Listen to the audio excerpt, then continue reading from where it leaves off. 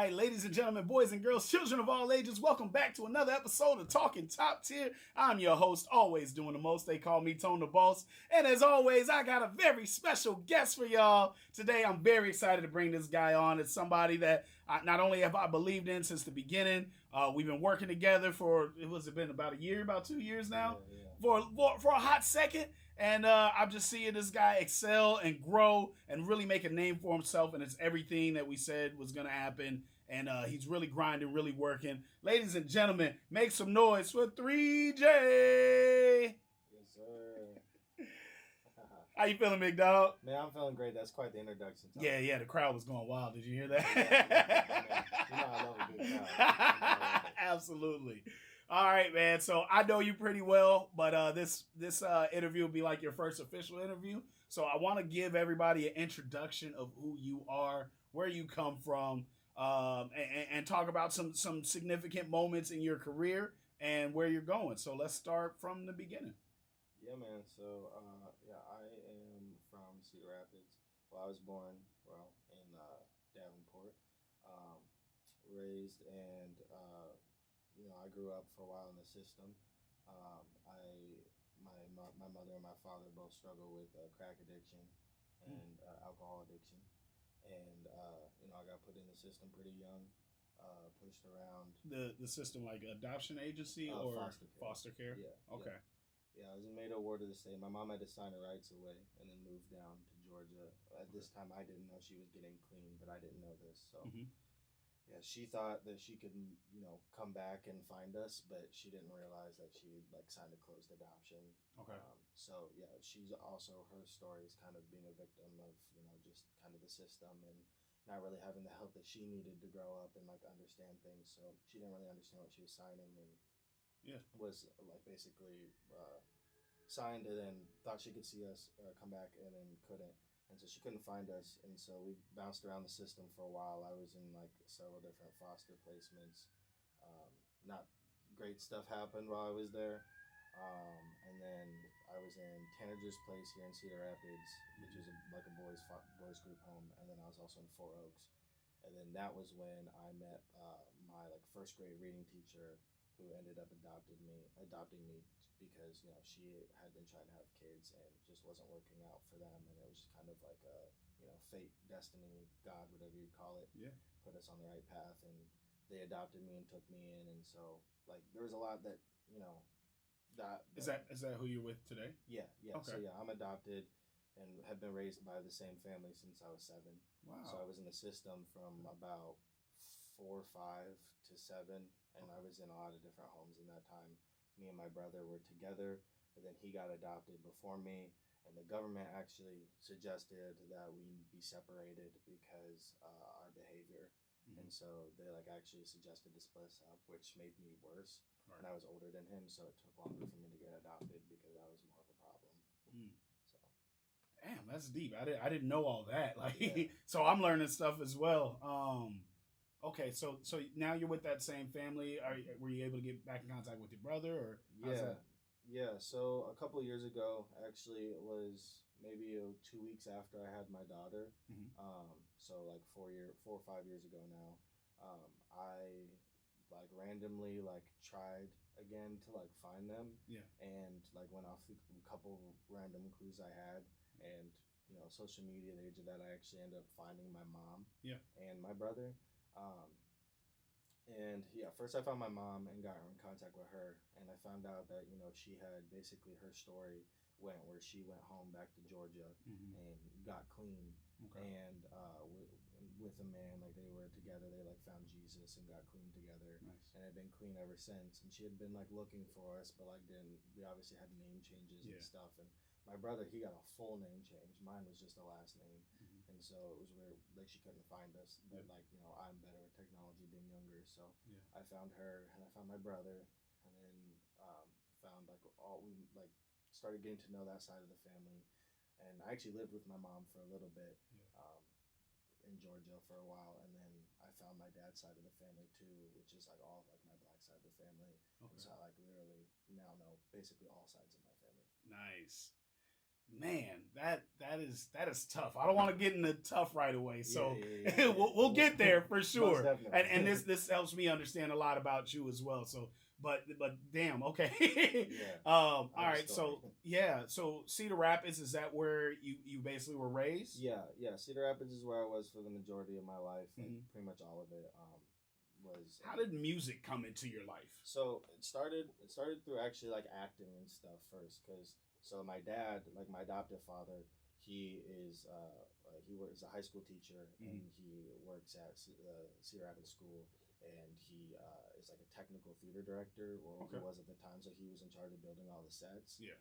And like for anybody local, like knows that like Kennedy's theater department is very, very good. Top tier. Yeah, very top tier. Yeah. And so, like, for me growing up, I was watching these grand musicals like Sweeney Todd, like all these just like beautiful like masterpieces. My dad, like, I don't want to, pipe up my dad too much, but he does his thing when it comes to building. That's like his thing. So he like just, doing really crazy, awesome stuff. I grew up watching theater. And so that got me into theater. And so originally I was at the Prairie District, and I was going there in one district, and I started doing theater there. But their program like isn't nearly as good, and they put more money into sports like a lot of places do. And so their program wasn't as like good as Kennedy's. And then on top of that too, I was just going through some like mental health stuff there where I was at, and so we ended up open enrolling me and moving me to Kennedy. Okay. And when I was at Kennedy, like I thrived. Yeah. Like I just immediately got into all of it. Like after my sophomore year or after my freshman year, I was like either like a lead character or a supporting character in like every show that I did. Yeah. I'm one of the only kids in my class that like made every single show that I auditioned for. Nice. I did show choir, like, and the theater is really where I started like developing my the comfortability in singing. Yeah. And then when I was in 8th grade as well, my parents got me a guitar. And so that started getting me to like play guitar. I think that summer, like I just didn't put a guitar down. I taught myself. That's kind of how I started getting into music and just being on stage. That's dope. And how old are you now? I am 20. People stop counting that after like 21 for the third time. Oh my God. When's the last time someone asked how old? I think I'm 23 or 24. I don't remember. I think I'm 24. That's the weed. No, I'm just It's not. It's honestly. It's not. God damn it, Tom. Damn, I didn't. That is not one of the hard questions. So I'm not gonna. You're gonna have fun on this podcast because that was not the hard. I can handle deep. It's when it gets simple that I mess up. You know what I'm saying? Oh yeah, we gotta have some fun. All right, so you found your love for music in high school through theater.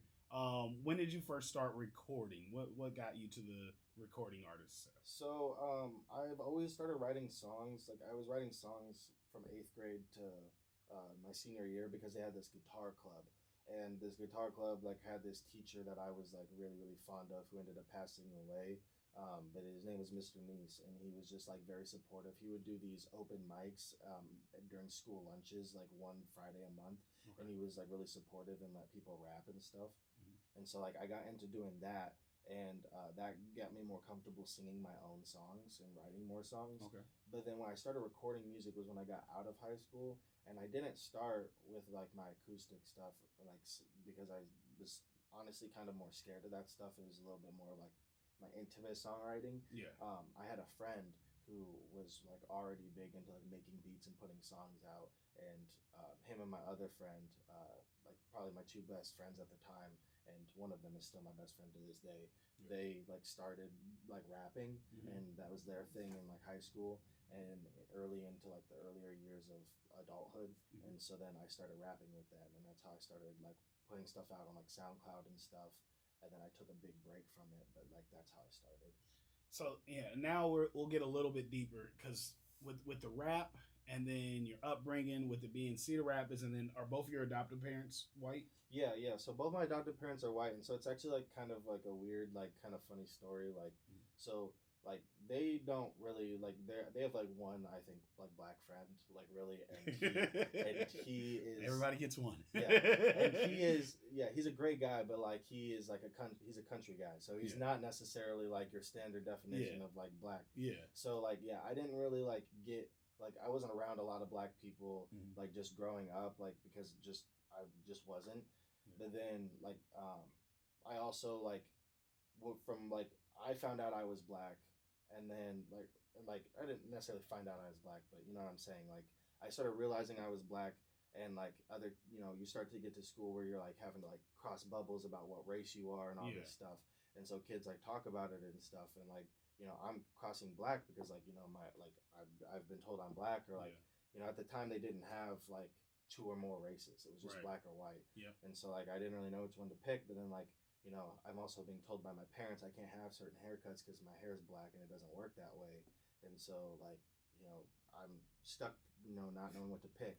Oh my god. Yeah, so there's just all types of confusion. Struggle with identity. Yeah, like, and then I had friends, so like it's kind of complicated. I had this family that kind of like supported me when I was in foster care in like a group home, and they didn't end up adopting me, but they were really close family to me, and like it was a mixed couple, and then their two sons were mixed, and, but like they're like more obviously mixed than me, and so like with them, like I felt like they were like the brother, like kind of brothers to me, like that's kind of the vibe I had with them.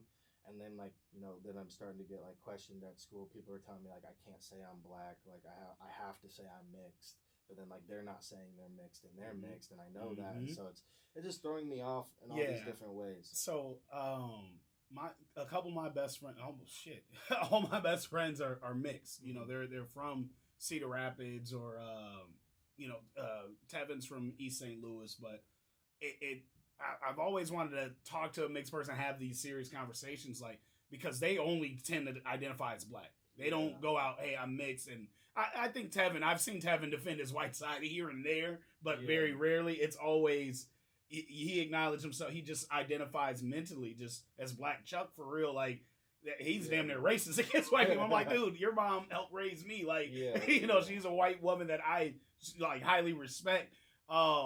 With you being raised by two white parents, like, where did it, like, was there like a click, or was there just something inside you that just told you, you're black? Like, so really, like, I mean, so this is where it gets kind of funny and weird. So like certain things, like I always kind of thought, like I always felt a little bit different than like my adoptive family. Like I know they love me, and I love them. They're my parents, and I know that, but like they also like would agree with this if they were standing here today. They would say the same thing. Like I am just naturally the black sheep of the family. There's certain things about me that like I'm into that just none of my family are into. Like I didn't get it from them. I got it from somewhere else. And like there's a whole like nature versus nurture thing, and there are like great qualities from my black side that I really take. And like since meeting my black family, I've noticed like, oh, this is why I'm this way. This is why I'm this way. And that also goes to like, psychology says that like from like, 2 to like 5 are like your most formative years for like, what you see as right and wrong, the things you witness, like what you kind of like build your morality, your moral compass. And when I was that time of my life, I was with my black family. And so like there's just certain things that are like built in me that are built like more traditionally towards like the black side of me than my white side. And like whether that's like kind of clothes I like to wear, or like the music I like to listen to or whatnot. But like funny story with that, like so my best friend now, who I met in high school, he's black. All of his family are like my close family. I used to live with him for a little while. He's like a brother to me. Godfather to my kids, all that. He showed me the movie Friday when we were in high school, and I thought it was the first time that I had watched it. Come to find out, when I met my biological mom, she's watch that shit all the time. she's telling me this was my favorite movie when I was 4 years old. She said that one of the last times she had me, she took me to see my grandma who was passing away, and we were in they were in like the emergency room. We were in the waiting room, and they got called because I had knocked my brother out and said the infamous line at the end of the movie to as a 4-year-old. So you got knocked the fuck out. So like I mean, it's just one of those things that like I've had a long road with it. My like race and identity has been like one of the biggest struggles of my life, and I've just kind of learned through like the black people in my life that are like people that I respect, and people that like take care of me and love me, and people like you, and all types of stuff. Like I'm just kind of learning too that like what I'm saying, I have nothing to be scared of. Like I stand in my own truth. Like there are things about me that people will try to say either way. And like the thing that I kind of have to know is I kind of just have to be cool with who I am. Because one thing I've noticed is like people are going to see what they want to see in me. There's been times where I've had like white people look at me and be like, "What are you?" I've had what are you is wild. I've had the racist white neighbors. I've been pulled over by police with my white friends and treated completely differently, thrown in handcuffs in the back of their car while all my friends are put outside their car because they said that they were fear of their safety. This was before I had ever done anything like illegal in my life. Like I wasn't doing nothing. I was just a good kid. I'm not saying I'm a bad person now, but But so like I've had those experiences that no one can take away from me. Someone might try to say I haven't been where they've been, but I might have. But they're also you haven't been where I've been too. You've got your own journey. And I was gonna say the one thing I'm gonna say too is like I just like really try to like lean towards like the black community that like isn't into like the whole colorism thing, because like to me it's like we all have had our experiences, and like white like mixed kids get it from both sides too. Like I've had black people who look at me and like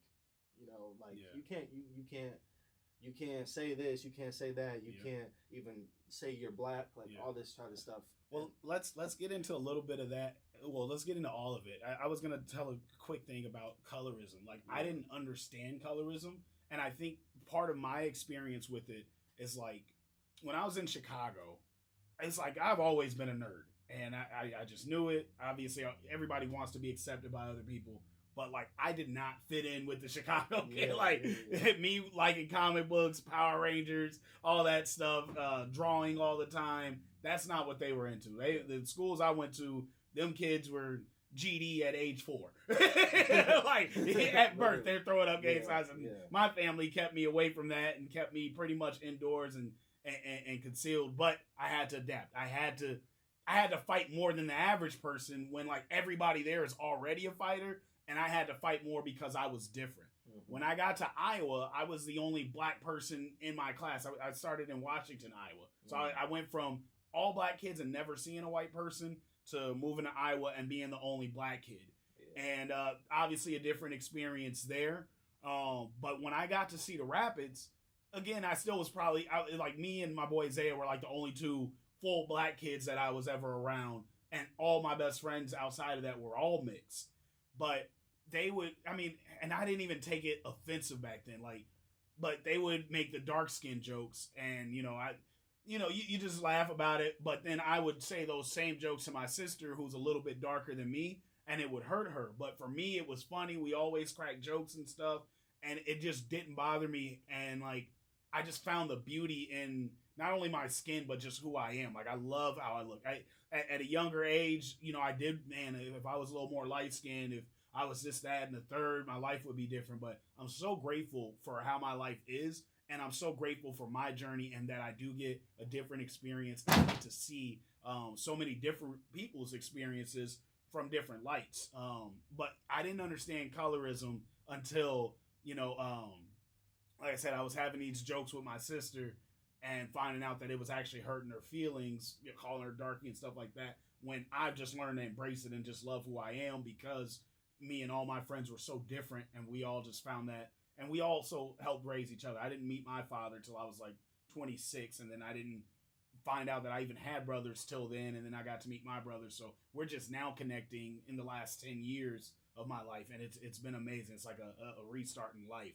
So I know that you've experienced a lot of that, from the colorism to finding your family again and kind of getting a reset. The other half of it, it's just like an elephant in a room. You had a clip that went viral for all the wrong reasons. And I want to give you the opportunity to not only set the record straight, but I'll ask like questions about it to kind of pick your brain towards it and also express how I feel about it. So, the N-word is always going to be a touchy subject for us. Like, it's black men, it's mixed, whatever. There's people that say that you shouldn't say it with your background, your skin color, and how you look. I've got friends that are way even lighter than you, and every other word is nigga, nigga, nigga, nigga, nigga.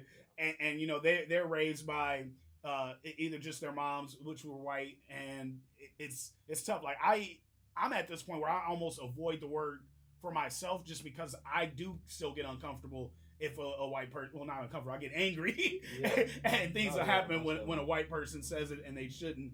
But growing up around my mixed friends, like I said, when they're introducing me to their brother who has red hair, but he's mixed and he looks lighter than them, and I hear him say it, I'm like, and they're like, oh no, he's he's mixed. Nowadays, you don't know. So talk to us about your experience, like with the word, how you feel about it, and then how, like, respond to how the people were trying to come at you. Yeah, so realistically, like with me, like I didn't like really say it. Like it wasn't something like when I was raised, like when I was only around white people in my life, it was not a word that I was really comfortable saying. Like I didn't ever say it. Like really, like I started really saying it honestly when it became with my best friend, just because my best friend is like maybe a shade or two lighter than you. Yeah. And so like he's black. And then we have our other best Hold friend. on, that mean I'm just black? Like What? like black eating black? Like what is No. it? He black. You No, just I like just mean, black. I can say like me personally, like people gonna ask me like again, like people are like most mixed people aren't gonna sit here and like, I mean some people will sit here and go out of the way to say I'm mixed, but a lot of them are gonna sit here and lean towards which one speaks to them. Yeah. And to me personally, like I'll sit here and say I'm black, but that's only because when people are asking me like that question, like they're asking me 9 times out of 10, they're gonna sit there and go, I know you're not just white, so like what is the other thing? And so like that's why I will sit there and confidently be like I'm black. Yeah. But when it comes to like that word and all that, I really just started saying it like when I was with my friends. You know what I'm saying? Well, again, it's not something I'm sitting here like, I don't go home and say that stuff when I'm with my white family. Yeah. Like you're not hearing that out of my mouth. Like I'm not egregious. Yeah. But it's sitting here like also like speaking my music is my truth, and that's me being real. Yeah. And like if I'm writing a certain song and it's me speaking to a certain type of crowd or a certain type of way, I'm gonna speak how I would speak in that moment. You know what I'm saying? If I've got a song where I'm talking shit on the song and it's a rap song, like nigga, I'm gonna talk my shit. I was gonna say, like, I'm gonna talk to you how I would talk to you in real life, because like I'm speaking to the fan, I'm speaking to the consumer. Yeah. So to me, I feel like authenticity is more important than anything. Like, you know what I'm saying? Yeah. Almost every person that will sit there and have something to say about it in the comments will not sit there and say something to my face when I say it. Right. And the other thing about it too is like I carry the same like flag on my shoulder when I hear white people say it. And the thing is that white people say it more around me because I'm the tester. Mm-hmm. Like this is my whole life. Like literally the last job I worked at, I almost punched the guy out because he's in the kitchen literally saying nigga to me, but then will not say it to our other coworker Tony, who is like your shade. Mm-hmm. Like he will not say it around him, but he's saying it every other sentence around me, and I'm literally like, bro, like I don't know if you think that I'm white, so you can say it, or I don't know if you think that I'm just light and you can get away with it because like, oh, I'm the test. Like, that's been my whole life. Parties, all that. People want to like, the white person wants to say it, and like for me, like I'm gonna stand on business the same way you would stand on business if someone wants to say that. Like I did MMA, like we can go for you. Talk to me like that. You know what I'm saying? Like at the end of the day, I am who I am, and like I don't really have to apologize to anybody for it. Like damn right. So that's just really what it is. I respect that. I love that, and just to double down on the word, like as black men, we have taken back the power of the word. We have made it a term of endearment. It sometimes it makes shit extra funny, nigga. Like you know, like. but I still have the respect of like. At the end of the day, there's black people in the world who don't care what shade you are. They don't want you saying it around them. Yep. And I have complete respect for you. I'll never sit here and argue with someone that's sitting there saying, I don't personally like that word. Can you not say it around me? I'll sit here. I'll never argue with that person. Yeah. But they'll sit here and try to say I can't say it. That's where we got a problem. That's where we have a problem. You know what I'm saying? And that's where I'm going to stand on business and stand on who I am. Yeah. And I've got a whole legion of black family up in the Quad Cities that's willing to come down and back me up on it. So that's just what it is. Facts. I'm not mad at that at all. All right, so pass the nigga shit. All right. So, all right. Wow. You started recording, making music. What would you consider your official first single? My first single was Black Sheep. I released that. So that'd be the project EP, right? Yeah. So I released it as an EP. Now I've taken it down just because like I just want the one song out there. Okay. But yeah, so the first single I released though was Black Sheep. I released it last year, and it was nominated for the alternative, it nominated me for alternative artist of the year, Nice. which is really cool because like I didn't have another single to kind of prove I was alternative, so I know that like the people that are like what's it called again, the Academy. Yeah, the Academy. I know the Academy was doing their job to like really research me because they would have had to go on my social media and see the other content that I do put out to really realize that I am more than just a rap artist. Yeah, absolutely. And I don't get to vote or anything, but this year I'm definitely rooting. I can say that. I think can I say that? I don't know. I'm rooting for you this year, but obviously you know that you got to take the steps. You got to right now. You got a bunch of shows coming up. You know you need to drop at least an EP, an album, something, some more singles, some visuals. But you've been pretty consistent. Well, I was gonna say, literally, like I guess I should say when I say that I came out or I got nominated last year. This is coming out in January, so really it got nominated 2 years ago in 2023 because it's gonna be 2025 when this comes out. So 2024, I got nominated for I got nominated for 4 different nominations. So that was really cool because I released a lot more music. Like I tapped into a lot more different genres and started singing a little bit too, so that was really cool to get acknowledgement for all of my work. Let's talk about that too, because you did a nice little run with T1 for a second, and I know one of the, I wouldn't say like falling out, but one of the like things that we were conflicted on is like I wanted to see you do more acoustic stuff, and you were like, "Don't box me in, bro," and I'm like, it's not necessarily boxing you in, it's you have something different to offer. Like a lot of us, like obviously I'm a rapper, but I also DJ. So that's kind of my little extra niche. And then I focus on my anthems. Classic, like I think he's the dopest rapper out of everybody, but he also will do his acapella thing. You have something that no one else on most stages can do, is you can rap, you can sing, and you can bring out the guitar. And I mean, I'm just a big fan of acoustic guitar no matter what anyway, but I just know that that's not only what separates you, but that's what excels you. That's what can make you better than most people. But you do have so many different talents, and you're like, you know, I want to be able to showcase it all. And I'm like, dude, if you focus on that, you're always going to stand out versus if we all get on stage and rap, you become just another rapper. So talk to us about that. And also kudos to you for even being able to bring out the acoustic guitar during your sets. No, yeah, I appreciate that. I think it's just been a slow journey, I think, of getting comfortable with everything. Like there was a time before I rapped where all I did, like I used to do like acoustic cover gigs at like, you know, bars, dive bars here in Cedar Rapids, like where I was just doing covers and stuff and then a couple of my acoustic originals. So it was never that like the acoustic stuff was anything I was like hiding or like, you know, not willing to present. I think what it came down to was I think I was hearing what you were saying, but I was also hearing what a lot of other people were saying, and what a lot of other people were saying was different than what you were saying, and I think it kind of boxed it all in as the same. Because like a lot of people, when I first buy out the acoustic guitar, because of how different it is than anything else that people do at the T1 shows, like that's what people were like, oh, we want to see more of that from you, we want to see more of that from you. And like literally was kind of told by even a few people like, oh, like I should focus and only do that. And so like that's kind of the message that I was getting in general, and I think that kind of made me like, you know, push away in that way. But I think what I've kind of found and what I've been learning and working on myself with is that literally, like you said, like I don't think I'm the best acoustic singer-songwriter out there. I don't think I'm the best rapper out there. I don't think I'm the best R&B artist out there. But what I am that is better at mixing them than what I would personally think to say is probably most people even in this state. Like I think that I mix genres probably the cleanest than probably anybody else.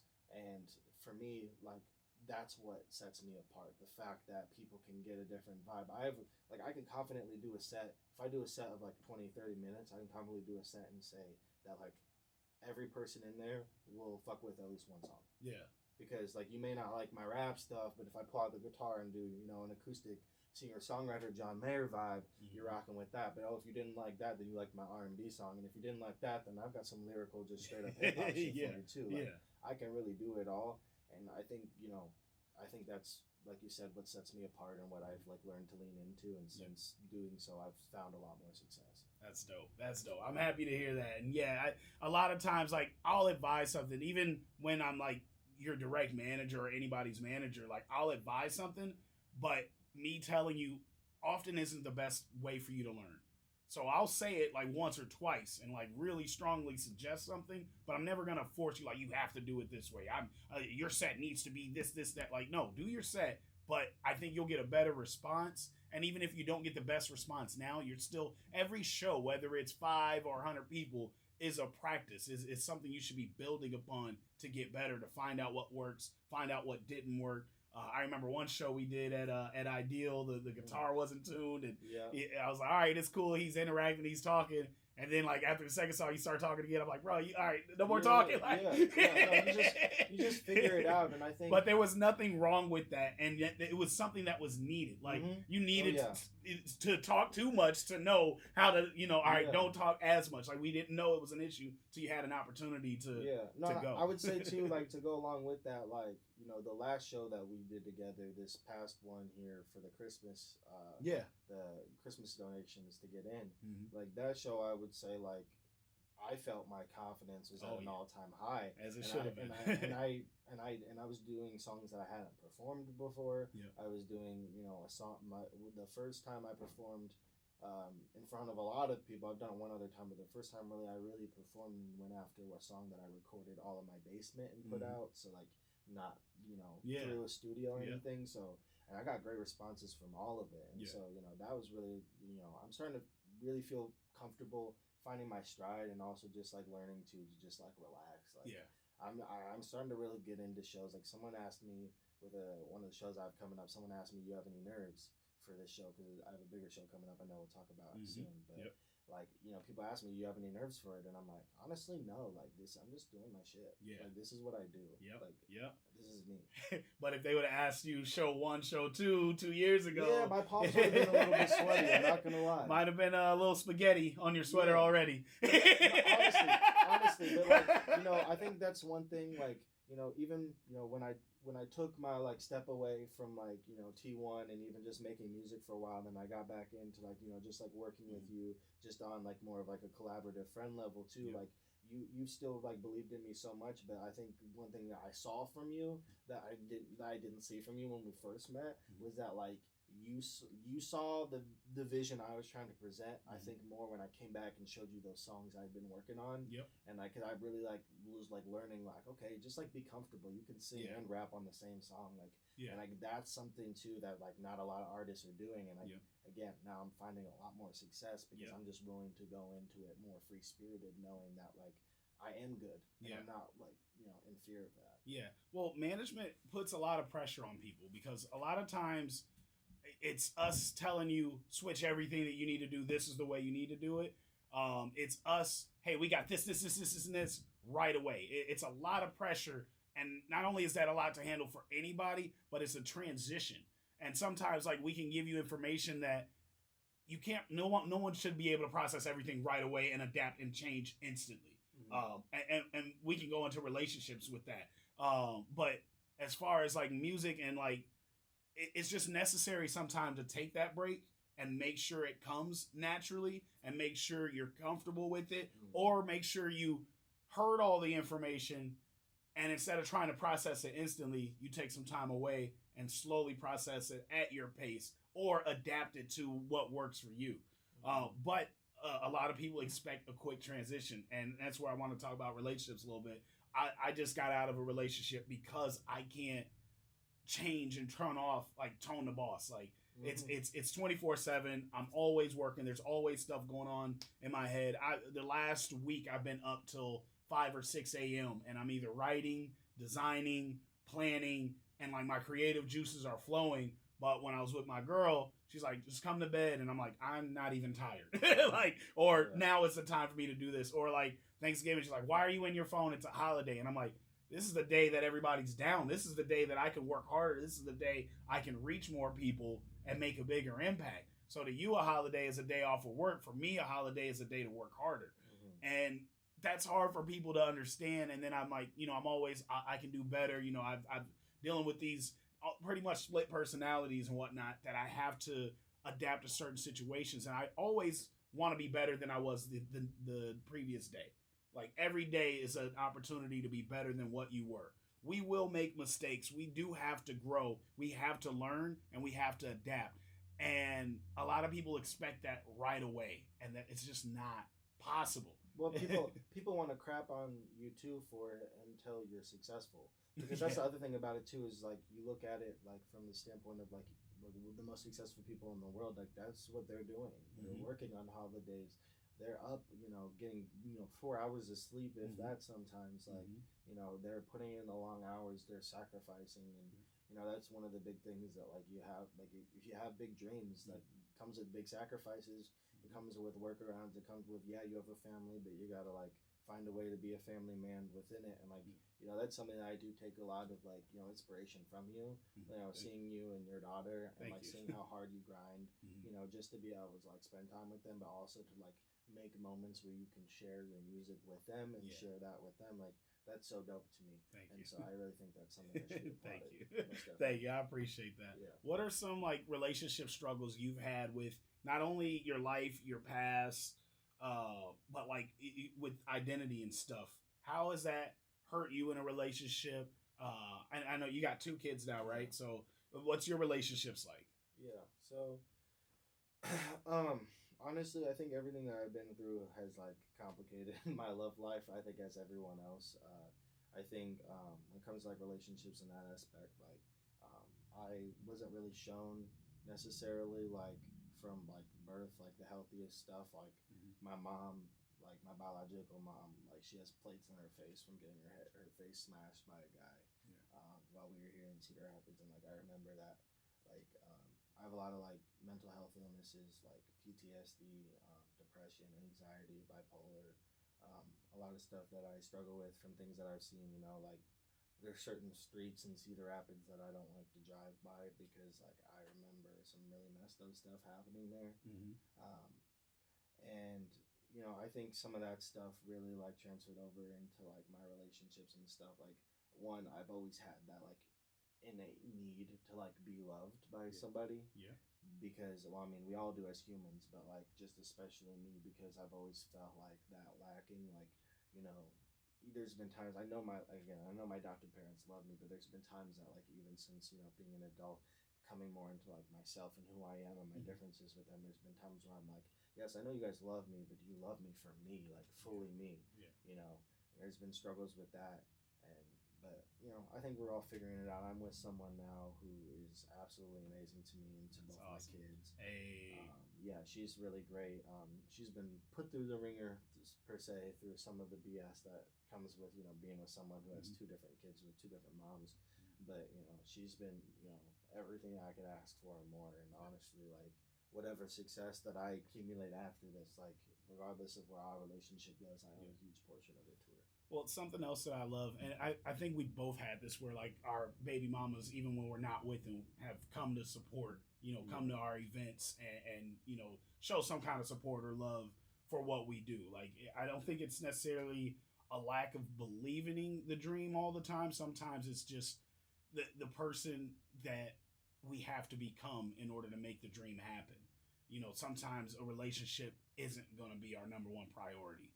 Sometimes I'm not able to text my girl all throughout the day because I am so focused, so busy, and trying to make this dream a reality. Yeah, and well, I think too, there's some of that, but I think also too, like, I have complicated situations with like my kids' moms, because like my daughter's mom, my first child I had, we used to have a horrible relationship when I was with my son's mom.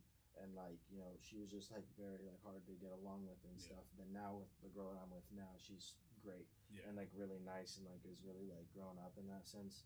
And like, but then also too, like then my son's mom, like we are in a whole like court situation I can't really talk too much about. But yeah, so like it's just complicated because like people could change up on you really quick. And I really think at the end of the day, like it's just about, when it comes to like the kids and all that, it's just really about for me showing them that like no matter what I get put through, like I'm gonna like make this happen to show you that you can do whatever you want. Which I think is huge. And like I mean at the end of the day, like I can only control me, right? So like however they want to act towards me, right or wrong, like I can't I can't do anything about that. I can only control myself, and at the end of the day, and sometimes it's hard to control. When you have different mental health issues and stuff, you're not always yourself. If you are medicated or have to take medication, that does take over, make you a different person. I'm a person that I know I probably should be taking medication, but I really become something like I'm either like a zombie or I think way too much and things are moving way too slow that I'm uncomfortable. Yeah, that's why I don't take meds, because I mean I was medicated. Like I have a line in one of my songs where I say, "Been drugged since 5, doctors my whole life. This I'm chemically imbalanced. Are you really surprised?" Mm-hmm. And I'm like, actually, like that's true. I literally have been like on medication from doctors from 5 to when I was, I mean, it's last time I took meds and I stopped was a few years ago into adulthood, but like, they've never had the effect that they're supposed to have, and I know that because I see what meds do to people that are doing good. Like again, not to put her business out there, but like my girl, like she goes through her problems, she takes meds, and she's fine. You know what I'm saying? Like she's got to get on the right meds and stuff like that, and she's had to find that. But she goes through her struggles, but she to me is like a model to me of like how to get through the struggles the right way and stuff. And so I really applaud her for that. And it probably helps too that she understands when you're not yourself. Like, she goes through it herself. And I think too, like I have a bad habit of like being with people who, like, not her specifically, but some of the baby mamas in the past. I've had a bad habit of picking people who also have bad problems too and aren't in a good place. So like, a lot of the times too, it's not necessarily like one person is just like this awful person in the relationship. A lot of times it's two people that are both like mentally not okay, and they don't know how to like say that to the other one in the right way, then they don't know how to help each other get help, and so they just help each other feel worse. And that's been a lot of my life. And so with my relationship now, my girl, she's just great because like it's just not anything like anything I was with before. Like, I'm saying, like, we have our moments, where we go at it, but like at the end of the day, like I can sit there and I can really look at her and be like I love you, like I don't want to fight with you, like what's the resolution here, like what can we do to fix this? And that's just not something that I've ever had. And then on top of that too, like she's also the type where no matter what, no matter how mad she is at me, like she's gonna support me, come to my shows and stuff, and she's also not gonna make it about herself. And so like that's really huge, because that's other big problem. I don't know if you've had that in the past, but like girls come to the show, they act like they want to be supportive, and then suddenly you're suddenly walking around being like, why are you upset with me? Yep. And I'm here supposed to be trying to make my dreams come true. That is definitely not only something that I've dealt with, but also I've dealt with the other side of it, where I've like freaked out or even lost relationships because you're not showing up to support me. Like that's something tough that like I can't just advise you towards. Like, don't ever. It's hard to not make it about them, but it is your dream, and you do have to be able to move forward with them supporting and without their support sometimes. So that's what I'm saying. That's a big shout out to my girl, because literally there's been times where we've been going at it and I've had to been fighting the day I have a show, and I have to be like, listen, like I understand you're pissed at me. I understand that you probably have a reason to be pissed at me. But can you please just shelve it, come to the show with me, and then yell at me when we're done with the show? Like, please, please, like I need you to be there. Like if you're not there, if I'm there thinking I'm performing to you and you're not there, it's just not going to be the same. Right. And that's where my experienced advice comes in, is there will be times where they're going to let you down and not be able to make it. And I've lost relationships, good relationships, because I've let that be the breaking point, or it's been a fight and it kind of lingers. That would be my one piece of advice to you when sometimes you have to be there and it's just you and it's just about your dream and the opportunity. When you make it about somebody else, because we've been through several relationships, sometimes you have to separate the two. Otherwise you'll lose one or the other. You don't want to lose the dream, then prioritize the dream in that moment. When, hey, I'm not feeling it, or it sucks. You're going to be pissed at that point. And you're going to want to yell when you get home, but you have to know that this is something that you're doing for you. Just like if she's like, hey, can you come to work with me today? But she works at a daycare. Like, maybe I'll do it once or twice. I don't want to do that every time you go to that job. And that's just the human in us. So yeah, no, and I think that's cool too, because that is something that, like, there's been times where not necessarily it hasn't been any performances yet, but we've been talking about it because she got a new job. Like, she's gonna not be able to make it to all my shows. She's gonna try to make it to as many as she can, but like that's one thing she is like supportive. She'll tell me like, I want you to go to the show. Like if I were to be like, oh, I'm not going because you're not going, she'd be pissed at me. Yeah. And the other thing too is like her family is like super supportive of me. She's Nice. yeah, she's from Chicago, and her family is like all Mexican. Yeah. And so like they don't even speak the same language as me, and I don't know what the hell they're saying. But they're so nice and loving to me, and like they really just want to see my dream come true. And so they'll be the type too that'll tell me, they'll be like, I don't care if you and Shakira are fighting, you're going to your show. Like so it's cool to have like support like that too, because you do get in your head like, dude, I'm telling you, I didn't lost good relationships. Like, oh, you're not gonna be with me on New Year's while I'm DJing. It's like I just stand there the whole time while you DJ, and then I'm like, yeah, it does. Now I can look back at it like I made that about me, but then I'm like, motherfucker, like, how did you not gonna spend this night with me? But I am working.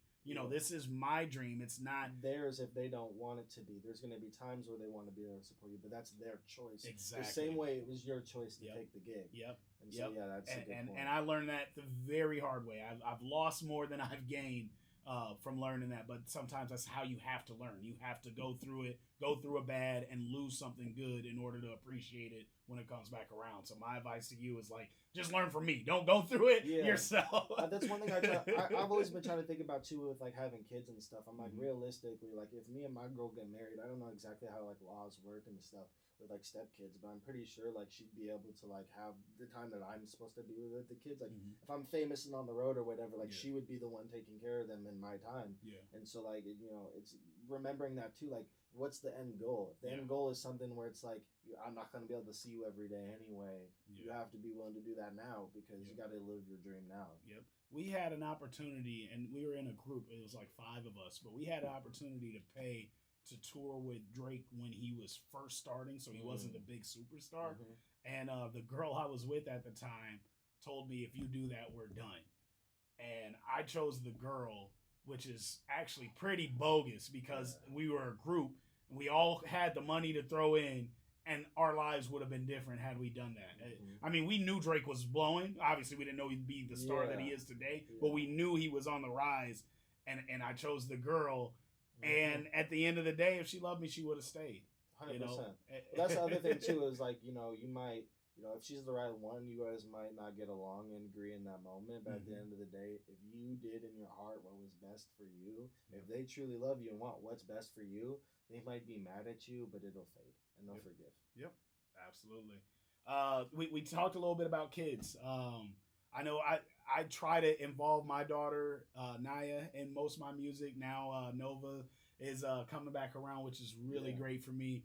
Have you mentioned like you admire like when I get my kids involved, have you thought about getting yours involved in the music, or how does that work? Yeah, well, I mean, like I'm constantly like listening to my own stuff, like just re-listening to the master, how it goes, and stuff. And so like, they learn the music. I find my daughter, she has a memory like no other. She can script a whole movie from front to back.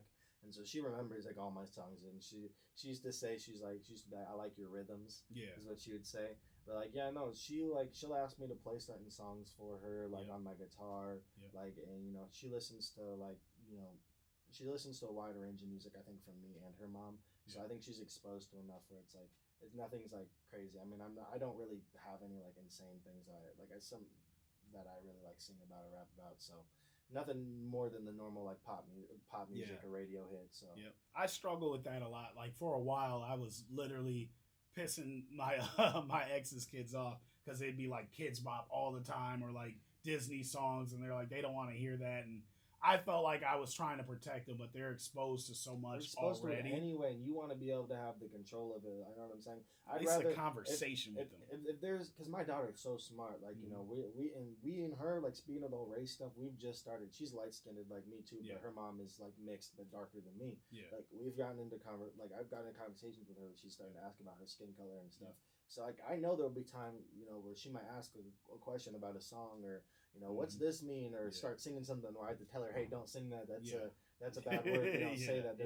But that's how they learn. Yeah. How else are they going to learn it's a bad word? How are they else going to learn? Like adults say this, or you don't say that. And it's like where do you draw the line? Like obviously I don't want my daughter listening to Cardi B. Yeah. But I was in the car with my baby mom and my daughter the other day, and her sister was in the car, and Chief Keef came on, and she's like, "Nah, it's your song." I was like, "The fuck you know about some Chief Keef?" Like, I don't want her listening to that, but at the same time, like, we can't be with them 24/7. Number one, if we try to censor everything, then they find the urge to it gets worse. Exactly, it gets worse. Well, I think that's also like I'm excited to have those honestly I'm excited to have those conversations with my kids because like there's certain things like when I don't know who the artist will be at their age, but let's say hypothetically like a Future or somebody like that, they start listening to at a certain age, like I'll be excited to let them know like, hey, you can listen to that. I don't care, but like that like he doesn't do it.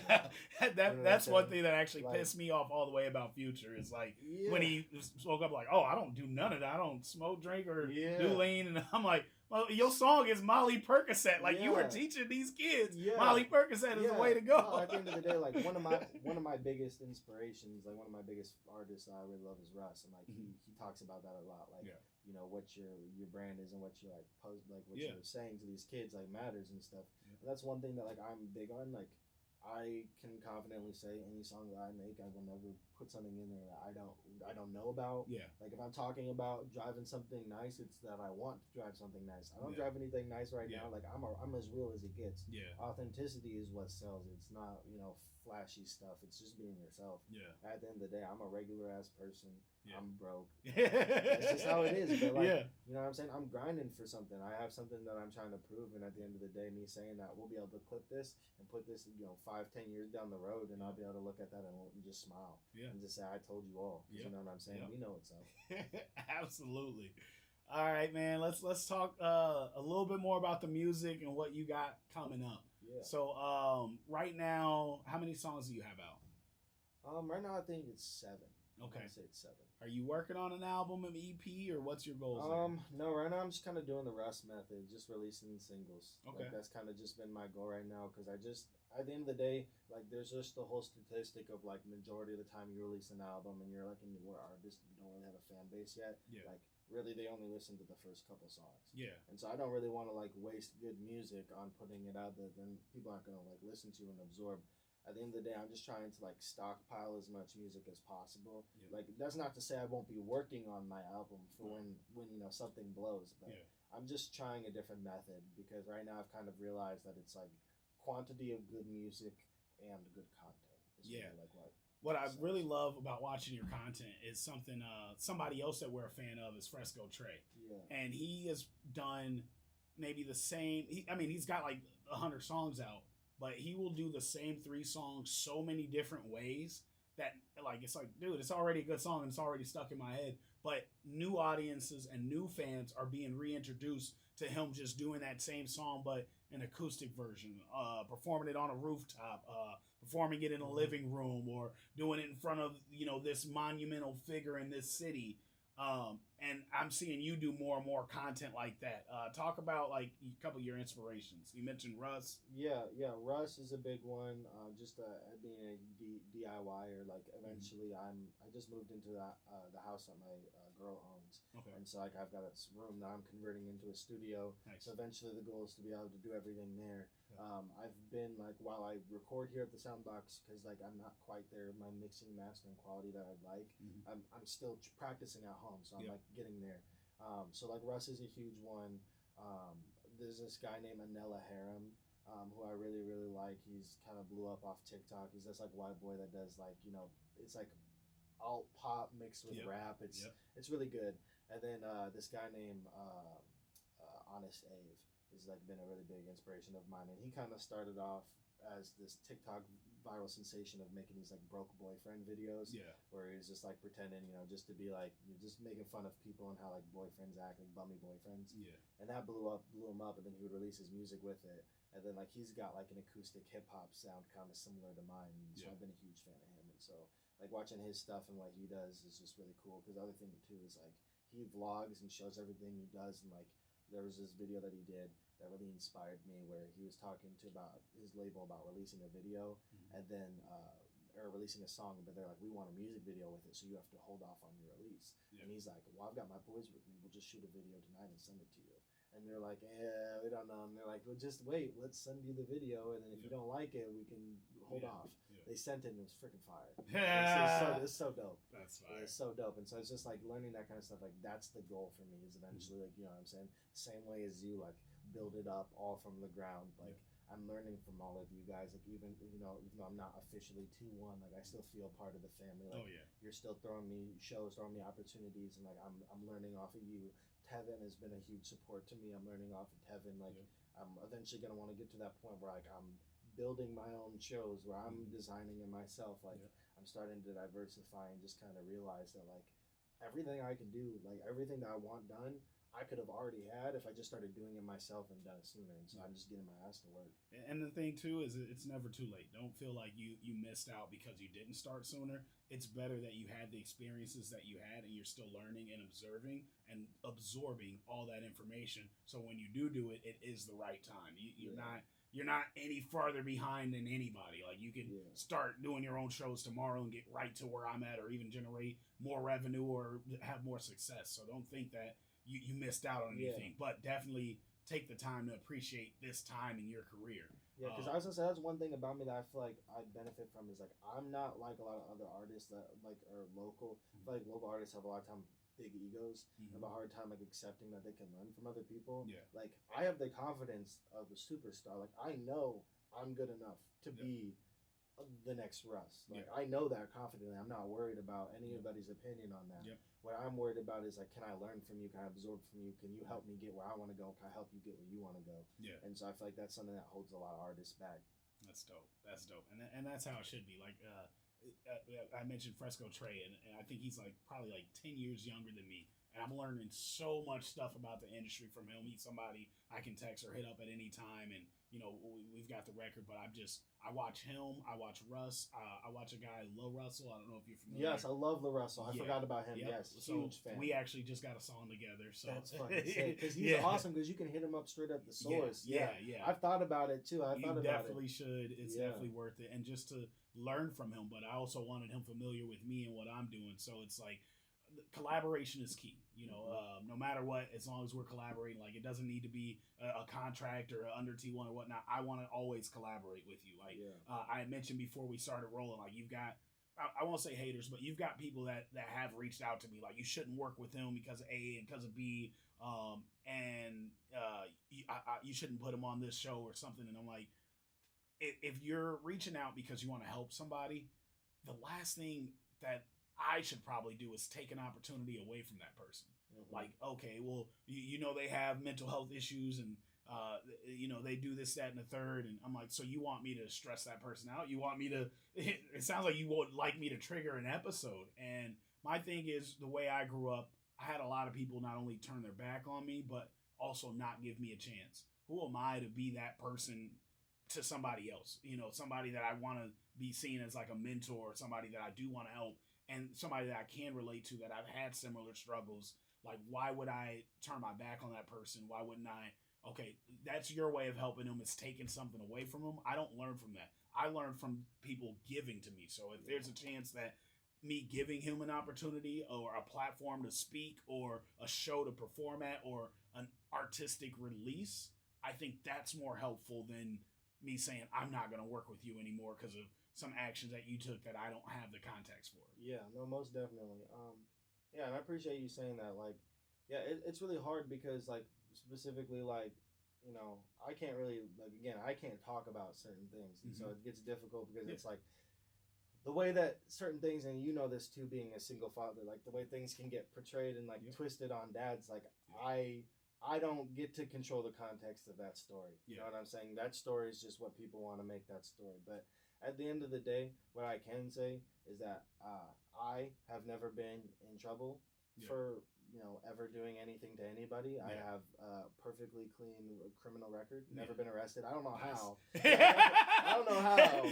Listen, we've had some close. I've had some close calls, but I've never been arrested. Like, you know what I'm saying? Like, any time that I've, you know, it's actually funny because like any time that I've ever been like accused of anything, like the person that's coming to question me about it will always hear my side of the story and then go like, oh, I don't really know why I'm here.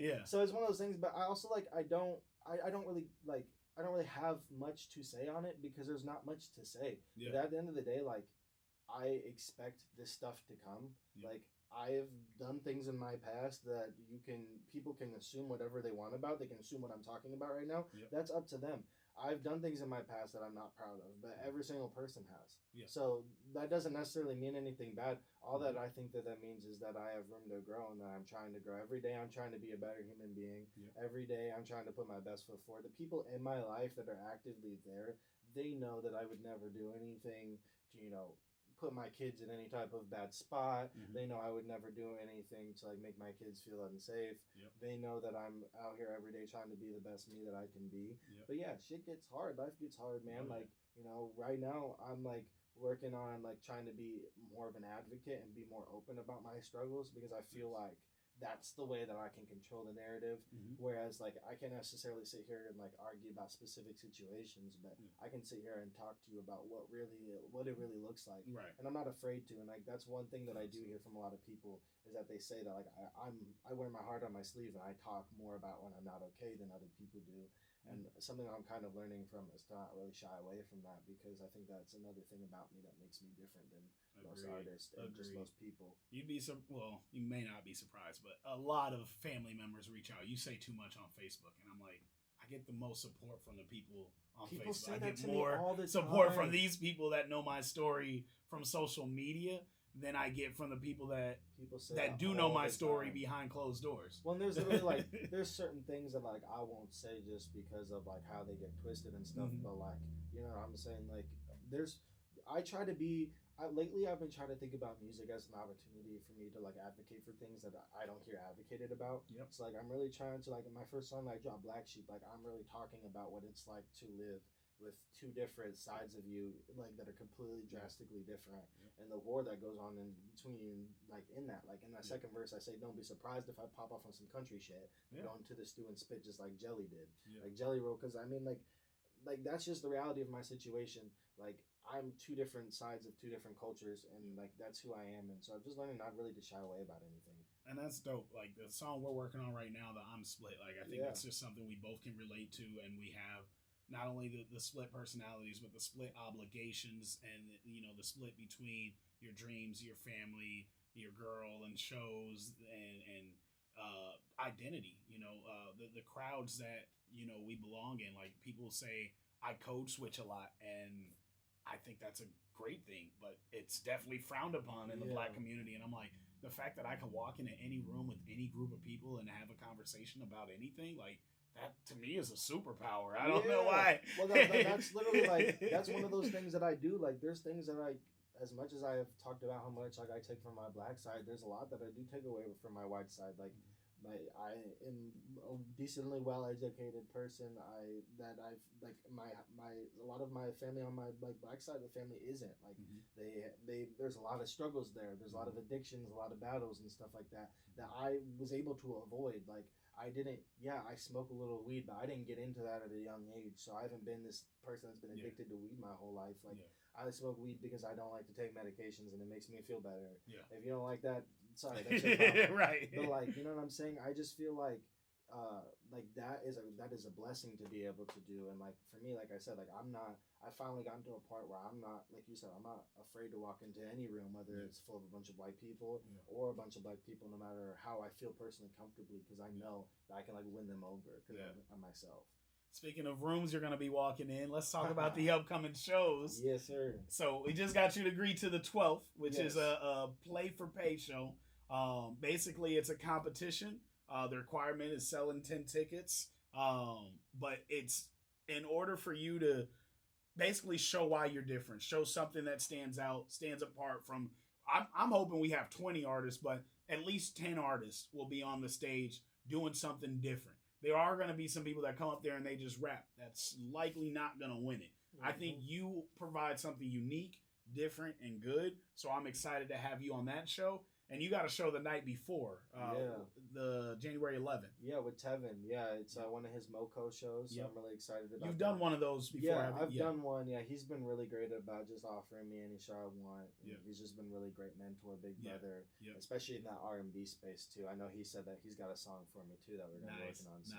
Nice. And you did our country show we had at Hazards. That was huge. Like, that's a bar that I thought we would never even be welcomed into, let alone performing on stage, and like that was just amazing. But you killed that.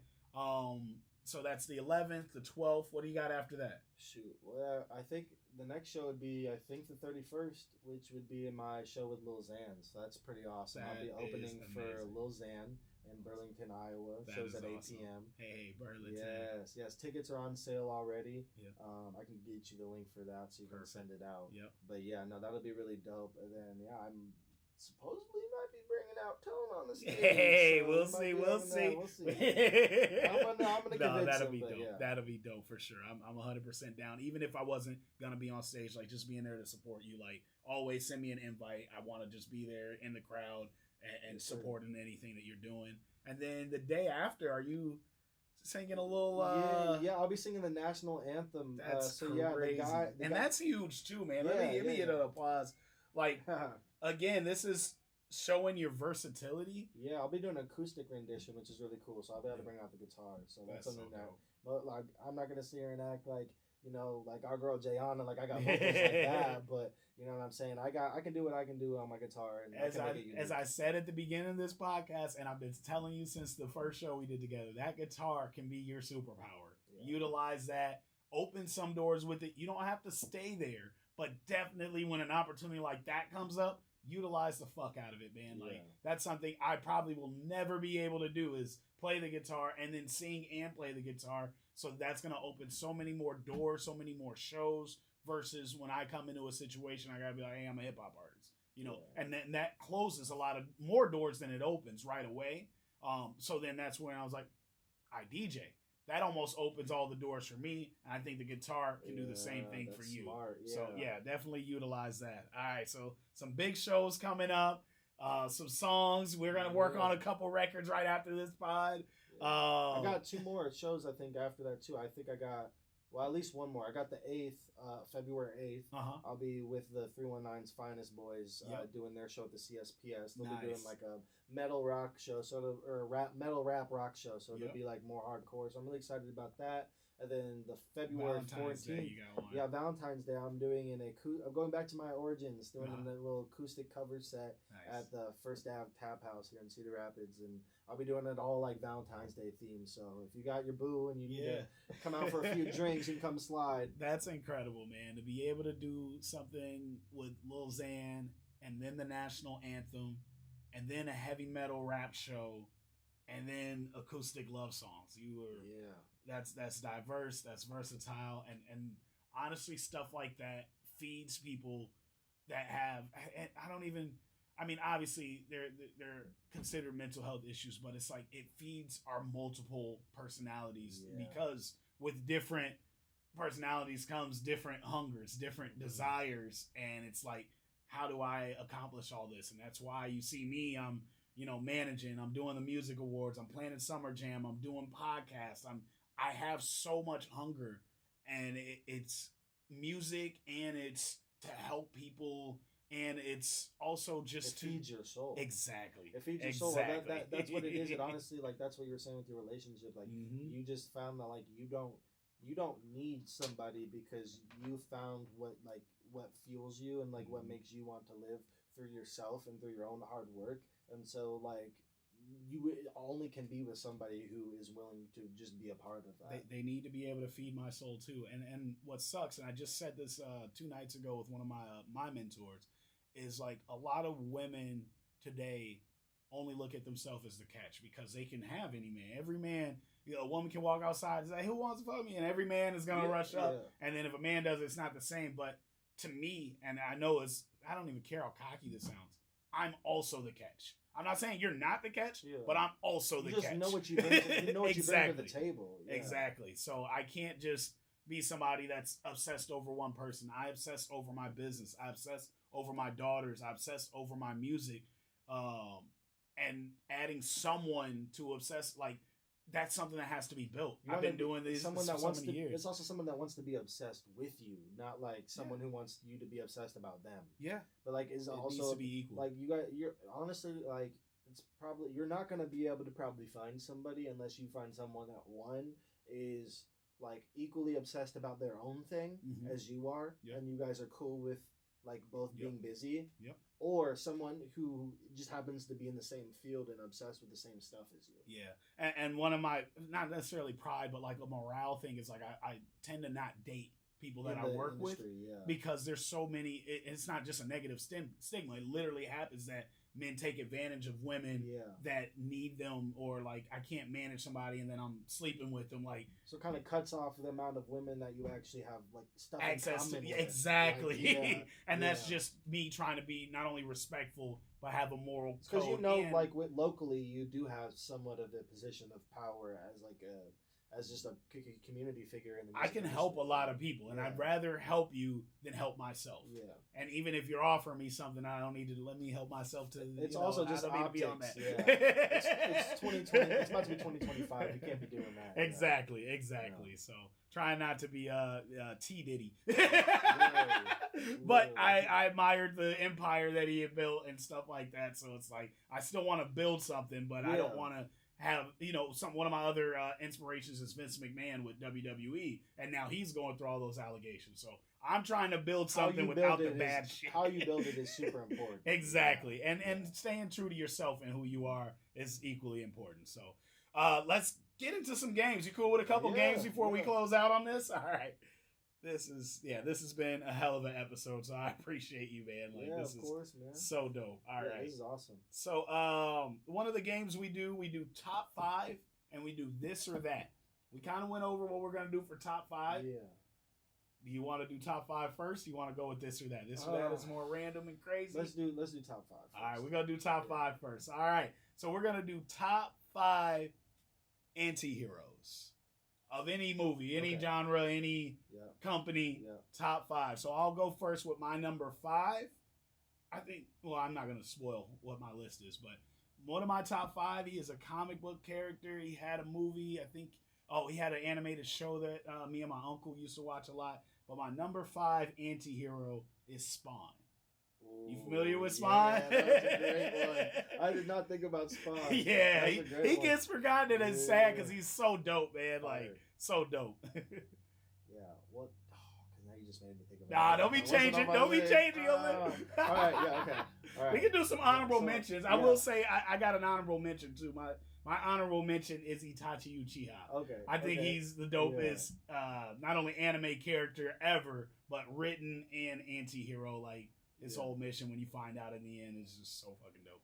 Yeah. I guess my honorable mention, I'd say, I can't believe I didn't put it in my list, but The Punisher. Yeah, Punisher definitely was almost on my list. Like, he really should have been.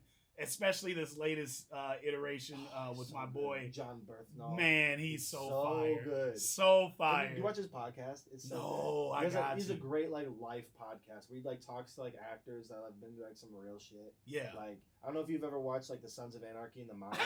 What's so wild? That's why I've been up till 6 a.m. for the last 5 days. Is I'm on season 6 of Sons, and I just started last week. Of all time. It's so good. And I wanted to quote one of the moms because we were talking about relationships. Well, I was like, he probably hasn't watched it. But Gemma, she says, she's the worst. She is the worst and the best, and the best at being the worst. Yes. But she says that men need to be loved. Women just want to be wanted. And I'm like, bruh, that's so true. I'm one of the I need to feel love, but I don't always show the woman that she needs to be wanted or that she's wanted because I'm working so much. So Sons, and it's even just showing me shit with leaders. Oh, I just saw that. That breaks my heart. Yeah. I just saw that. Don't spoil nothing.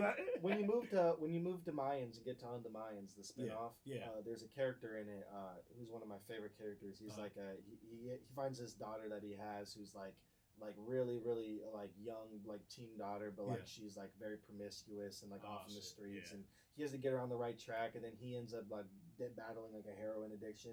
But his character is like so cool. His the real life actor is like was a real serious gangbanger and got away from all of that, and so like there's this really powerful clip. I'll send it to you where he's just talking. He's talking to dads, and he's like, just fucking be there for your kids, man. Like it's not that hard. Just be there, and it's really powerful. I'll have to send it to you. Definitely, please do. All right, number 5. Okay, my number 5. Okay, so a lot of people will probably just say that he's just a protagonist, but if you watch like the evolution of like the stories in the movies, he's doing some like fucked up shit. I pick Jack Sparrow.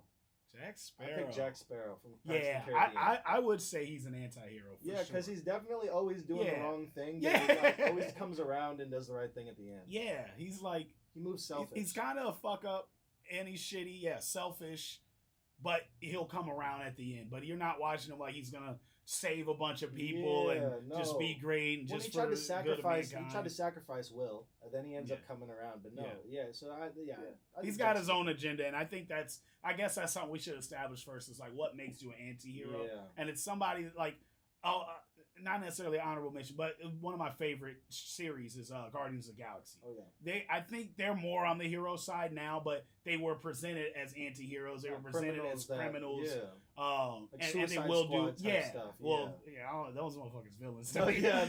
They on a mission. They get paid and get time off to do something good. But, yeah. Right. But no, I would say anti-hero is somebody that is doing something that ends up being for the better good at the end. They may start as a villain and do something good, but they tendally, I don't even know if that's a word, but they typically revert back to their villainous way. They don't mind stealing. They don't mind killing. They'll help because it benefits them, and they're badasses. So, all right. My number 4, it's Venom. I watched one of my favorite animated series of all time is Spider-Man's 90s animated series, and when Venom and Carnage got introduced was the coolest shit ever. I've seen all the Venom movies and I fell asleep on the 3rd one, but I probably if it wasn't for who that character's meant to me forever, I don't think they're necessarily good movies, but they're entertaining to me, and it's a character I prefer in comics and animation. And I'm actually one of the few people that like the 3rd Tobey Maguire Spider-Man movie because Venom's in it. But Venom's my number 4. Who you got for number 4? For number 4, I didn't want to put him too high because he's too obvious, but I wanted to put Deadpool on there. Damn. Okay. I couldn't put him too high just because he's too obvious. Like it's way too obvious. But if he's your favorite, it is an obvious choice. But if he's your favorite, he got to be your favorite. Hey, now I know what number 1 tone is. Maybe we'll see. Number 3 for me. You familiar with Red Hood? Yes. Jason Todd. Yes. So for those who's not familiar with him, Red Hood used to be Robin. Joker killed him. He was brought back by Ra's al Ghul through the Lazarus pit and tried to. He didn't necessarily try to kill Batman. He wanted Batman to kill Joker to avenge him. And I think it's just the dopest shit ever. Like the animated movie where he's got a gun to Batman telling him to shoot Joker. Like, I'm not asking you to kill Dent, not asking you to kill Penguin. Kill this piece of shit murdering psychopath because he killed me, who's supposed to have been like your son. And Batman's like, I just can't, because then I'll be like him. And he's like, fuck that. Like, so he's willing to kill. He's dope as hell. He's got a origin story that it's like, when you watch, it's like, yeah, I get it. It's fucked up, but I'd probably be on the same shit. What you got for number 3? Do you watch the show The Boys? Yes. Billy I Butcher. love The Boy.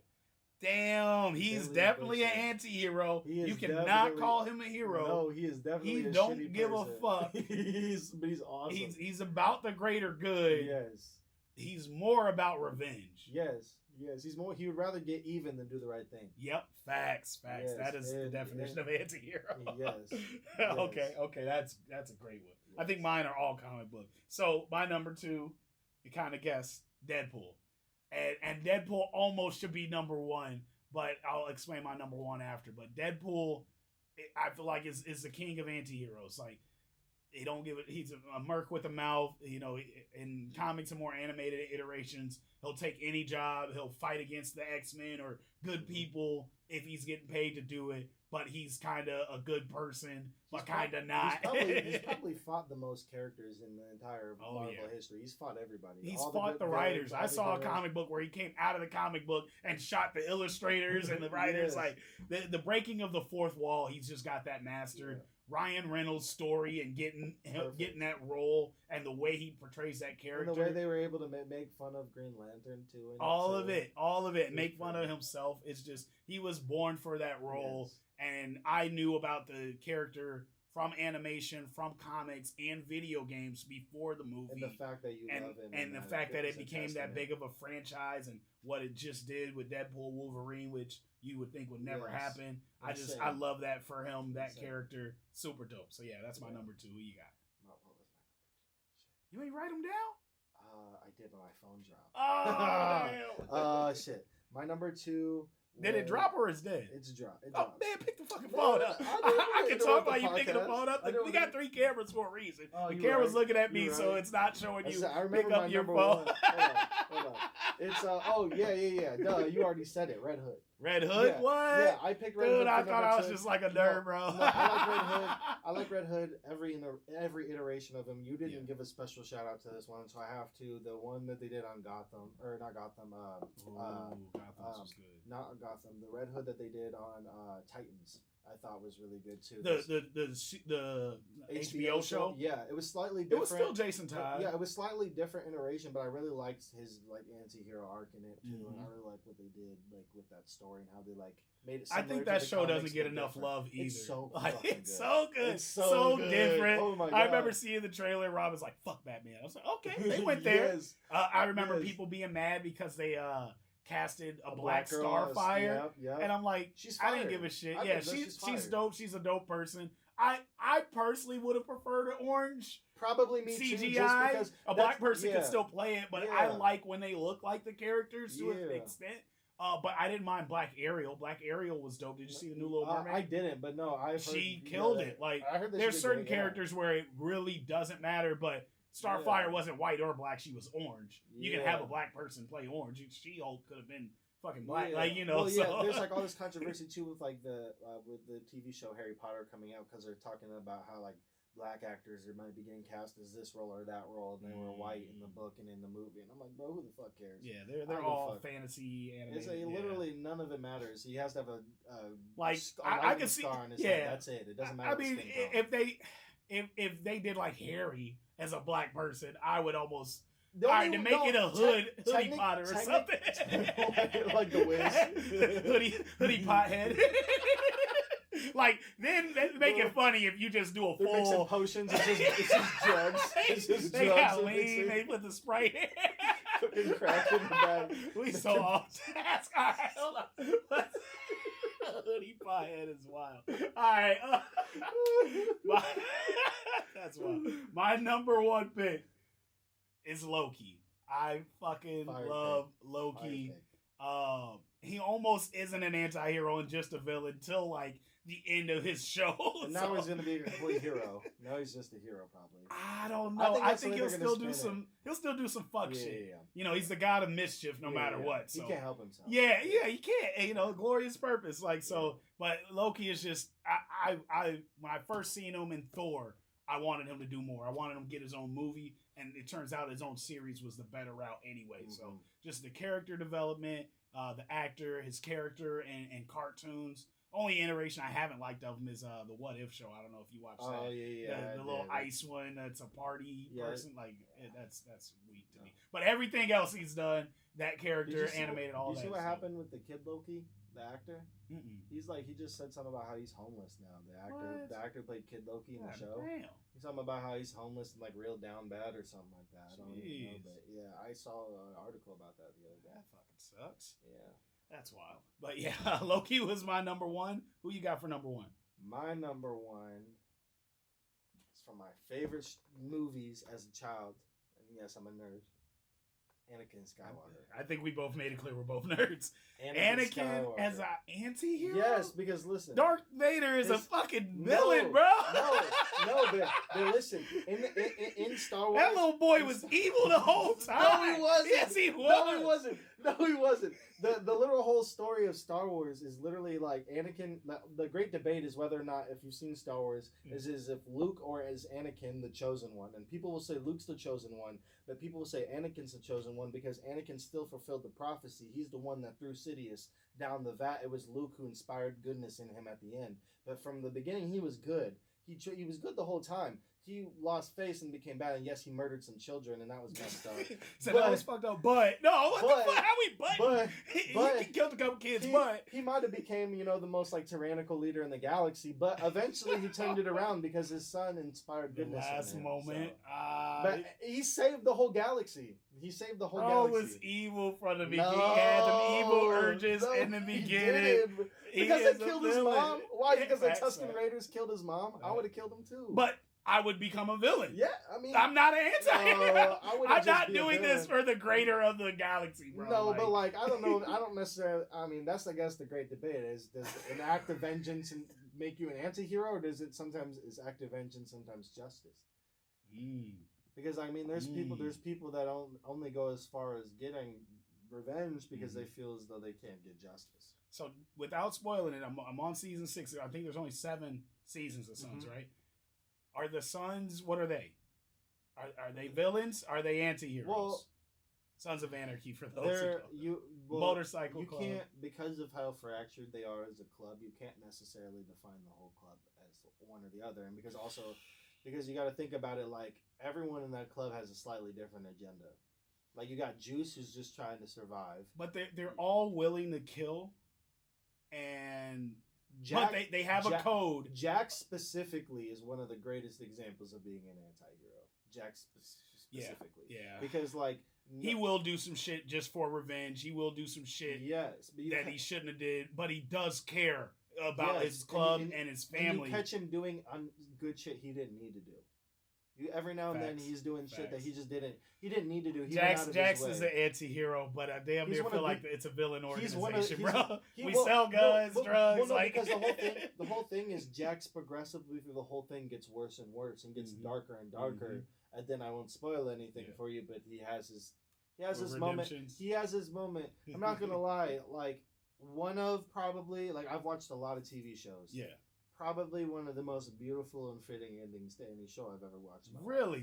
I'm so happy to hear that because so many shows are ending shit, like just so trash. I was a big fan of Supernatural. You watch that? Yeah. One of the worst endings I've ever seen to a series that I loved so much. How they ended Game of Thrones. Oh, so trash. Like, so trash. I was just telling Jay Lim the other day, like, I was one of the people holding on to hope all season 8 or the last season. When everybody like it's trash, I'm like, just watch, it's gonna end so dope. It's gonna be worth it. Yeah. And then they got there, I was like, y'all was right. I mean, literally, they would have had so much less hate. It still would have been a horrible ending, but they would have had so much less hate if they would have sat John on the throne at the end. That's all they needed to do, and it would have been still like the killing Daenerys still is lazy writing, and it's still whatever. But that would have like appeased the fans. Yep, easily. Like sometimes it is about the fans. Putting fucking Bran on the throne. That was dumb. And then fucking to me, and a lot of people disagree with me, but I think if Jon's not gonna get the throne, at least give him the kill over Night King. Yes, Arya was dope, but if Jon would have did something super dope, fulfilling some type of prophecy that we've been hearing about. Well, that was why in my head I was like, when he didn't kill the Night King, I was like, oh, okay, so it's gonna end with him as king. It has to. It has to. Like, he's got to get a win. Yes. Like, come on now. Sending him to the north and making him king of the north, but BS. Yeah. BS. That shit was trash. And then they what, didn't they like cancel the show that they were going to put out about him too? Yeah. And then that's so annoying. I hate cancels. Yeah. Like, bro, the House of Dragons, you watch that? That's I like good. it. It's not too bad. It's not as surprising as Game of Thrones. No, yeah, because anybody who's a fan of Game of Thrones kind of knows the story of how it goes already. They hint at it in Game of Thrones, like Arya talks about the Dance of Dragons. But like, yeah, I mean that show's gonna be harder to watch just because everyone's gonna die. Yeah, right. I mean, there's literally like 3 people from the first season that survive. Damn, I didn't even realize there was any. All right, don't spoil that. Yeah. All right, we got one more game that we got to get up out of here. Yes, so sir. let me pull this up here. So this one is wild. It's called, and we got to have more conversations about shows and stuff outside of this. Of course, yeah. This one is called This or That. Oh, before we get to it though, because we derailed so many times, go through your top 5 real quick. So my top 5, top 5 anti-heroes. Number 5, Spawn. Number 4, Venom. Number 3, Red Hood. Number 2, Deadpool. Number 1, Loki. Who was your top 5? I went 5 Jack Sparrow, 4 Deadpool, 3 Billy Butcher, 2 Red Hood, 1 Anakin Skywalker. Hey, that's top 5, top 5, top 5. All right, this or that. Are you ready? Yeah, ready as I'll ever be. All right, it's 1-word answers. You get 3 elaborations. I can make you elaborate at any time. Don't try to make me. And if you talk more than just your answer, that counts as one of your elaborations. Yeah. Got like 30 questions we got to get through, so it's supposed to be fast. Are you ready? Yeah. All right, this or that. What's more important, humble or prideful? Humble. Streams or followers? Followers. Would you rather cheat on your girl or get cheated on? Get cheated on. What's more important, who you know or what you know? Who you know. Monogamy or poly? Monogamy. Honesty or loyalty? Loyalty. Friends or business partners? Friends. I'll give you an elaboration on that. Why do you think friends are more important to have than business partners? Because I'd say that the best business partners become friends. I like it. I'm very much a testimony to that, so that's dope. All right. What's more important, street cred or business rep? Business rep. Would you rather have a tough relationship or have it easy being single? Tough relationship. Go ahead and elaborate on that too. I think there's a lot that I'm still working through therapy and stuff when it comes to like my comfortability being alone, but I also think that I don't really. I mean, some people say that like you find the right one and it is super easy, but I don't necessarily know that I believe in that. I think that anything that is like worth anything is tough. I love that, and I think for people like us, where like life's always been tough, I'm not afraid of tough. Yeah, I feel like have it easy would be whack. Most definitely. All right, Jordan or LeBron? Jordan.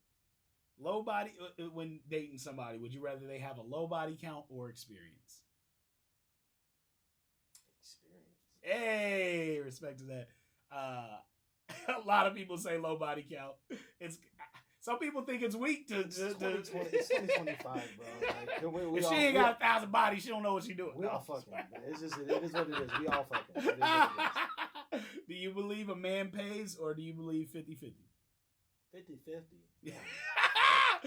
As I said, it's 2024 going into 2025. Oh, bro. Do you think it should be more independent women or equal partnerships? Equal partnerships. Okay. Split bank accounts or shared? Shared. I can't handle my money. Save me. Somebody real. save me. Me from myself. Oh, right. My saving account's down. Oh, Lord. All right. Next, we have passwords. Should those also be shared or private? Me and my girl would argue about this. A lot of these questions get people in trouble. I'm not gonna lie. I say shared, but she would disagree. Oh shit. Okay, moving on. Patron or Henny? Water. Big one. Patron. So, do you not drink either? Not really. Nice. Not bad. I drink a little bit, but not really either of those. I don't really like to get too fucked up. I respect that. I Like would a be good more boss. like you. What's more important, shock value or repeat value? Repeat value. Dave Chappelle or Eddie Murphy? Dave Chappelle. Jamie Foxx or Will Smith? Will Smith. You want to elaborate on that one? About halfway. I just said, man, I'd slap a dude for my wife. Hey, that was one of the most iconic moments in like of life pop culture. Yeah. Are you kidding me, man? He's Damn. got street cred for life. I swear. I did not know Will Smith was a nigga. Right, I swear to slapped God. that dude for his wife. Respect. On TV, bro? The way he like unscripted? The way he you know what he said? He said he handled business. Stood on all 10 toes. All the business. Do you prefer to overplan or go with the flow? I prefer to go with the flow, but I'd probably overplan. Nah, you gotta pick one. Now you gotta elaborate. You gotta use one of your elaborations. Yeah, I would say, well, I need to work on over planning more because, like, I want that busy lifestyle that, like, you know what I'm saying? Like, people who are like really make it, like they are busy all day, every day. Their day is planned out. Like I know I do better with routines, but I tend to procrastinate. So it's like a fatal flaw of mine. Okay. So you prefer to overplay it, but naturally you're go with the flow. Yeah, it's the weed. Yeah. Do you prefer text or phone calls? Phone calls. Kanye or Jay-Z? Kanye. LA or New York? LA. Windows or Mac? Mac. There should be no hesitation. Well, no, there is a right or wrong answer. Yeah, no, I paused and wondered why that was even a question. Right. Like, That's the confusion. Why is that on there? Yeah, what? People have answered that wrong. Because there's only one right answer. All right. Stone Cold or The Rock? The Rock. I'm going to give you one of my elaborations. I'd say he's a representation to me of like something I'm trying to achieve as far as like diversity of your craft and like what you do with your artistry, like starting with WWE, moving all the way to movies and entertainment, and he dropped a freaking song. It was trash. Yeah. It was trash, but he dropped it. Are you talking about the one with Tech Nine? Yes. Well, I was just thinking of it when you were saying that. I was like, you know what? Technically, he dropped a successful song with You're Welcome from Moana. Whether he wrote it or not, it don't matter. No, but like, so, you know, that does show a vast... Yeah, and he played the ukulele and sang on in a Journey to the Center of the Earth or something like that.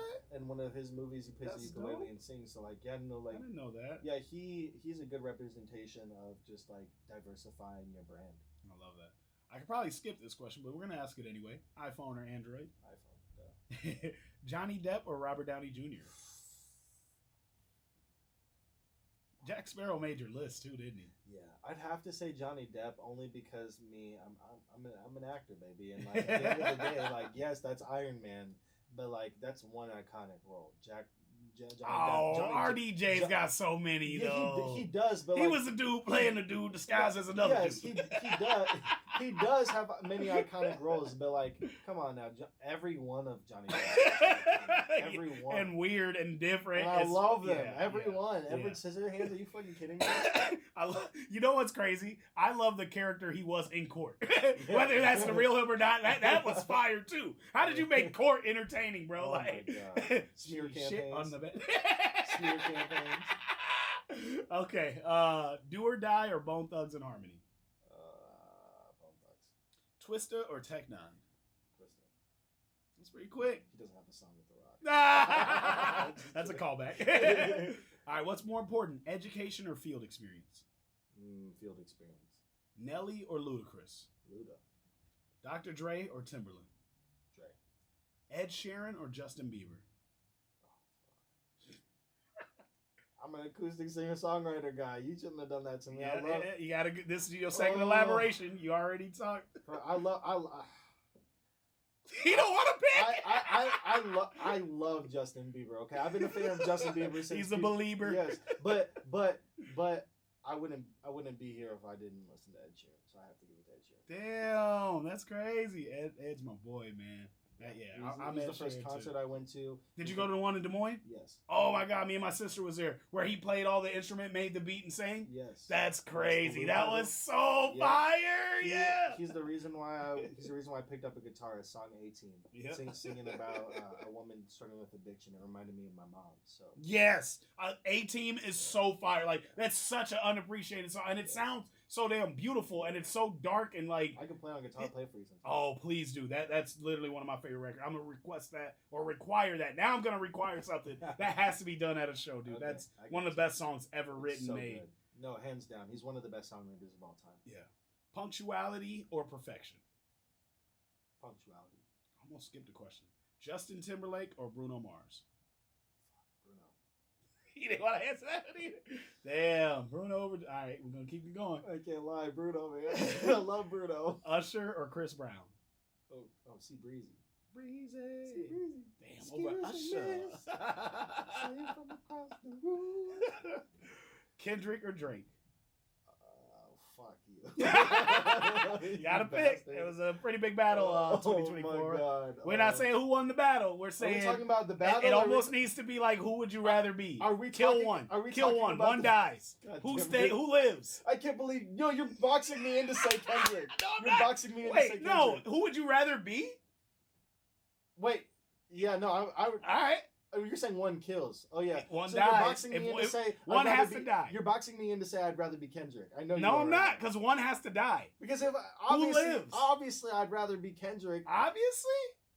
Oh, but his money. it's success. It's longevity. It's consistency. I want Drake's career. I want Kendrick's reputation. That's what I want. That's your last elaboration. That's what I want. All right, we're gonna give That's you the that best answer you could have given. I respect it. Beyonce or Rihanna? Riri. Michael Jackson or Prince? Mike Jack. Mario or Sonic? Sonic. Domino's or Pizza Hut? Pizza Hut. I get it. That's one of the questions that I always get a every guest is either other. Too much fucking seasoning on my Lil Wayne or Eminem? Wayne. Damn, you're like, why is that a question? Yeah, he's the GOAT. Okay. He's the GOAT. Some people beg to differ. The GOAT. Sam Hunt or Sam Smith? Sam Smith. You're not confusing your Sams, are you? No, I know. Who Sam you know Hunt your is. Sams. I listen to country music. Gotta know your Sams. I know. But I'd say Sam Smith. I just asked this question and the person was too young for the answer, so they didn't know either song, which hurt me deeply. Ether or Hit 'Em Up? Hit 'Em Up. Real quick, and you're familiar with both records, right? Yes. Okay. Yes. But Hit 'Em Up. Hit 'Em Up is one of my favorite diss track of all time. All right, two more questions here that are really important. Well, no, this next question is the most important question. There is a right answer. I do judge you depending on what you say. I'm not gonna lie. All the pressure. I know you love pressure. You ready? Oh God, I'm ready. Pancheros or Chipotle? Punch. Thank you. Punch. We are now friends for life. Punch. There are people that answer that wrong, and it just ruins the whole episode. Now I know where all of our business is. Yes, please. All right, last question. Would you rather deal with a smart ass or deal with a dumbass? Smart ass. I'm going to let you elaborate on that. Because who wouldn't want to deal with me? That's a smart ass answer. 3J, this is one of my favorite episodes. We almost hit 2 hours, which is like, yeah, I wanted to do like a 30-minute pod, and we ended up with 2 hours. So we'll reschedule our studio session. Yeah. But where can they find you? We know all the shows coming up. Yeah. What's your social media? We're gonna post some good clips that'll go viral for the right reasons. The right reasons. Yeah. And we're not gonna caption it. White boy says nigga. Like, no, that's not the move. Not the move at all.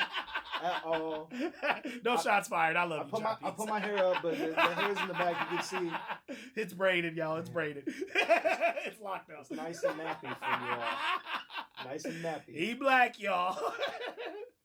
Oh, man. Where can they find you? What's the social media? Yeah, man. You can find me at 3J from the 319, THA, not THE. Yeah, you can find me that at all social medias, and then music platforms. I'm strictly just 3J, just 3 and J. Simple as that. So, yeah. Boy, what you mean? I can get on Instagram and just search. Well, it's 3J from the 319 on Instagram. Yeah, and like all my social medias is like 3J from the 319. Yeah. But music, if I'm on Spotify, it's just 3J. 3 what? And J. You the only one? No confusion. I think I'm the only one. I hope you're the only one. We're gonna find out. I mean, all you gotta 3J. I mean, you could just go to my Instagram. You can find one of my find a song title, type 3J in the song title. You gonna find it. Hey, I mean, I know that it's easy. I've heard that it's way easier to find me on Spotify than it is on Apple Music. Okay. So pick one of your singles to promote. Which one, if they listen to you for the first time ever, this is the one that's out now. What's the record? North Star. Search 3J North Star, Spotify, Apple Music. Follow him at 3J from the 319. This has been another dope-ass episode of Talkin Top Tier. Thank you, my boy. Yes, appreciate you. Long time in the making. So proud of you. Proud of your journey. I will always have your back and support you. Thank you for being you and doing what you do. Thank you, Tom. We out. Fire. That was fun.